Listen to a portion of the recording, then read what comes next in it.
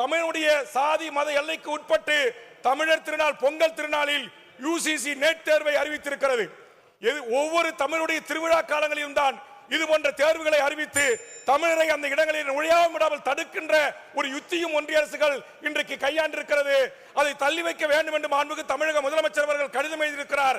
அதையும் உலக தமிழர்களின் சார்பாக உழவர் திருநாள், தமிழர் திருநாள், பண்பாட்டு திருநாள், அறுவடை திருநாள், அந்த திருநாளை தமிழ் மக்கள் மாணவர்கள் கொண்டாடுகின்ற வகையில் தள்ளி வைக்க வேண்டும் என்கிற அந்த வேண்டுகோளையும் ஒன்றிய அரசு ஏற்றுக்கொள்ள வேண்டும். அப்படி இல்லை என்று சொன்னால் அதிகார திமிரோடு ஆணவ திமிரோடு நடந்து கொள்கின்ற பாசிச பாரதிய ஜனதா அரசின் நடவடிக்கைக்கு எதிராக சட்ட போராட்டமும் அரசியல் போராட்டம் நடத்தும் என்று மாண்புமிகு முதலமைச்சர் அவர்கள் அறிவித்திருக்கிறார்.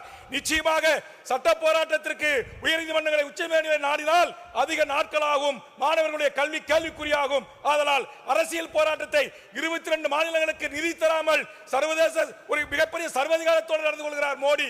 இதுதான் சர்வதிகாரம், இதுதான் ஹிட்லர் ஆட்சி. தமிழர்களும் ஏற்றுக்கொள்ளாது என்று மாண்புமிகு முதலமைச்சருடைய அரசியல் தீர்மானத்தை தமிழக வாழ்வுரிமை கட்சியின் சார்பாக நான் சார்ந்திருக்கிற நூற்றுக்கணக்கான தமிழர் அமைப்புகளின் சார்பாக வாழ்வுரிமை கூட்டமைப்பின் சார்பாக வரவேற்று ஒன்றிய அரசை எதிர்த்து போராடுகின்ற போது உங்களோடு தோல் நிற்போம், துணை நிற்போம். ஒட்டுமொத்த என் தமிழ் சமூகம் நிற்கும். முதலமைச்சரே போரிடுங்கள். ஒன்றிய பாசிச பாரதிய ஜனதா அரசின் அடாவடி சட்டத்தை அடித்து